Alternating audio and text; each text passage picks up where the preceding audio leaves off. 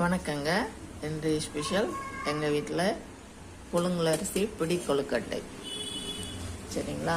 இது புழுங்கலரிசியை நல்லா வறுத்துட்டு அரைச்சிட்டு அதோட எள், தேங்காய், வெல்லம், ஏலக்காயெல்லாம் போட்டு வெல்லம் தண்ணி மிக்ஸ் பண்ணி பிடிச்சி திரும்ப வேக வச்சு சாப்பிடணும்.